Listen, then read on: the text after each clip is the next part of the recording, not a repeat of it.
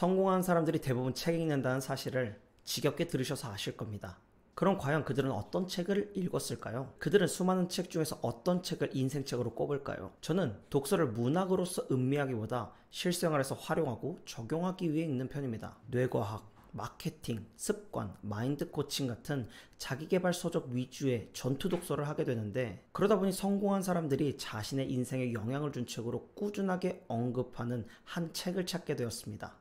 그 책은 바로 빅터 프랭클의 죽음의 수용소에서입니다. 저는 최근에 성공을 위한 맹목적인 달리기를 하다가 마음도 몸도 돌보지 못해 망가지는 일을 겪고 완전히 퍼져버리기 전 재정비가 필요했습니다. 그때 정말 많은 도움이 된 책입니다. 제가 오늘 이 책을 안 읽어보신 분들을 위해 아주 짧게 정리해 드릴 건데, 영상을 끝까지 시청해 주시고 꼭 인사이트 되셨으면 좋겠습니다. 저자인 빅터 프랭클은 유대인 정신과 의사로 2차 세계대전 당시 아우슈비츠를 비롯해 4곳의 강제 수용소에서 수감 생활을 했었습니다.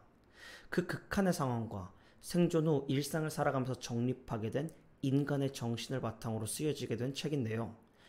핵심 내용은 이렇습니다. 인간은 한 가지 조건이 만족된다면 주어진 환경에서 적응하면서 살 수 있습니다.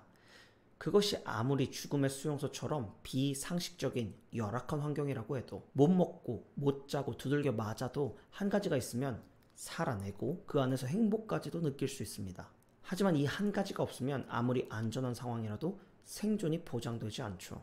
그 한 가지는 바로 삶의 의미입니다. 이 책은 신랄한 예시들을 통해 인간이 삶의 의미에 얼마나 목말라 있고 그것을 찾아가는 것이 인생에서 얼마나 중요한지, 그리고 그것을 찾는 방법에 대해서 이야기하고 있습니다.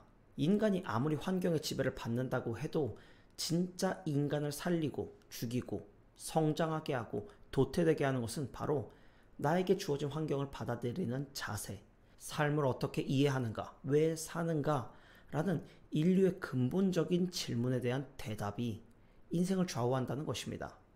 수용소 안에 있는 낙관적인 사람들은 이번 성탄절에는 풀려나겠지, 겨울이 지나면 가족을 볼 수 있겠지, 전쟁 상황을 들어보니 곧 정리될 것 같은데 조금만 참으면 되겠지 같은 희망을 그렸지만, 그 희망이 꺾여감에 따라 생존에 대한 의지도 꺾여 빠른 속도로 세상을 떠났다고 합니다.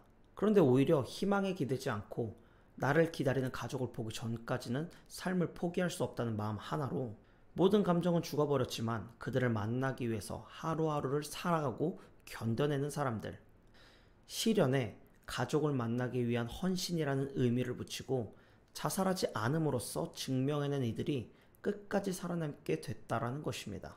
모든 사람은 저마다의 의미를 가지고 있습니다. 저마다 다르기에 누가 대신 찾아줄 수 있는 것도 아닙니다. 스스로 찾아야 합니다. 다 다르다고 하는 것 보니 정답이 없는 것 같지만 각자에게 통하는 정답이 반드시 있고 그것을 찾아가는 것이 핵심입니다.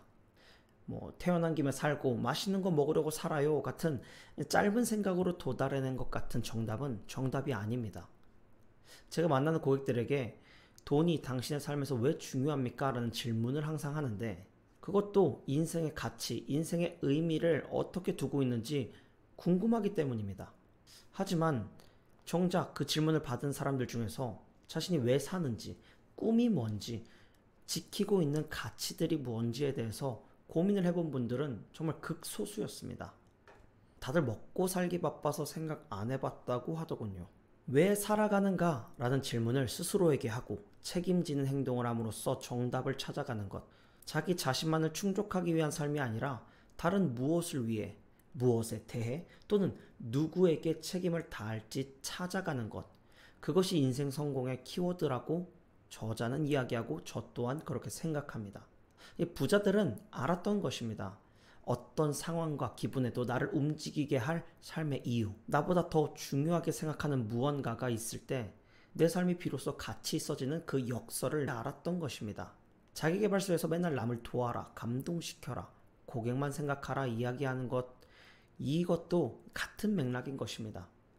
수용자들이 죽기보다 싫은 하루를, 자살한다고 해도 아무도 말리지 않는 그곳에서 자기 때문이 아니라 자신을 꼭 만나고 싶을 가족을 위해 책임지고 살아낸 것처럼, 빅터 프랭클은 수감생활 같은 특수한 환경에 놓이지 않는 현대인들을 위해 의미를 찾는 방법에 대해서 3가지 말해주었습니다. 첫 번째, 우리가 의미 찾는 방법은 무언가를 창조하거나 어떤 일을 하는 것입니다. 두 번째로는 어떤 일을 경험하고 누군가를 만나 사랑함으로써 의미를 찾을 수 있습니다. 마지막 세 번째로는 피할 수 없는 시련에 대해 어떤 태도를 취할지 결정함으로써 찾을 수 있다고 합니다. 어떤 예술가는 역사의 길이 남을 그림이나 조각품을 만들어내는 것, 그 창조하는 것이 삶의 의미일 수 있습니다. 어떤 누군가는 자녀를 위해서, 자녀를 사랑하기 때문에 모든 것을 가져다 바치고 그를 부양하는 것이 삶의 의미인 사람이 있습니다.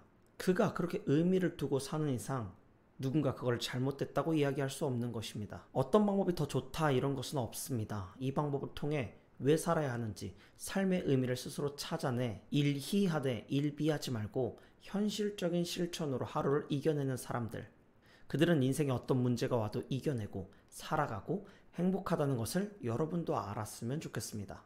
저는 자기 개발을 하고 싶지만 습관 형성이 어려운 분들을 돕고 싶다는 마음이 들어서 비버 프로젝트를 진행 중에 있습니다.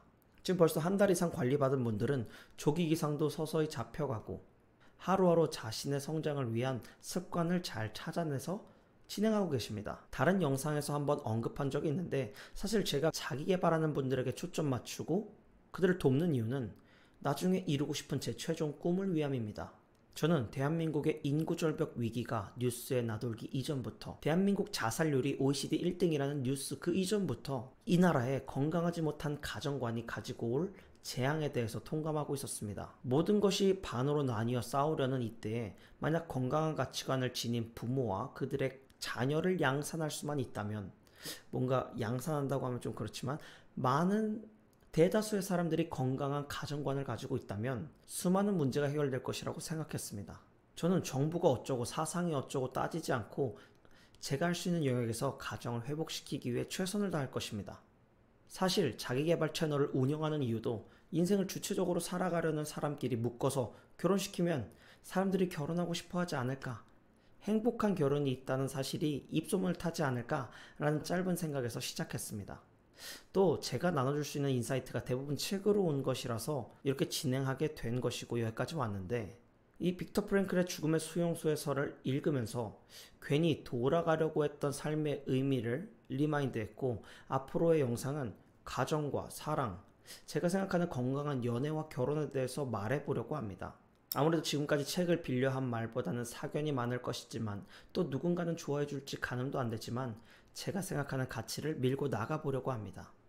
아무튼 오늘 영상을 통해 성공한 사람들은 다 한 번씩 했다는 삶의 의미 찾기를 꼭 해보시고, 자신만 돌보기 급급한 삶이 아니라 남에게 온전히 집중했을 때 오히려 인정받고 행복한 삶을 누려보시길 바랍니다. 오랜만에 집 구조도 바꾸고 환경도 변하고 느낀 감정들이랑 생각은 많은데 전하고 싶은 것은 참 정리가 잘 안 되고 해서 오늘의 영상 어떻게 보실지 모르겠습니다. 하지만 제가 항상 그랬듯 점점점 나아지고 점점점 발전해서 제가 가지고 있는 가치를 꼭 잘 전달해 드리기 위해서, 당신이 가지고 있는 여러 인생의 불안들을 해소시키기 위해서 오늘도 영상을 찍었습니다. 여기까지 들어주고 고맙습니다. 안녕.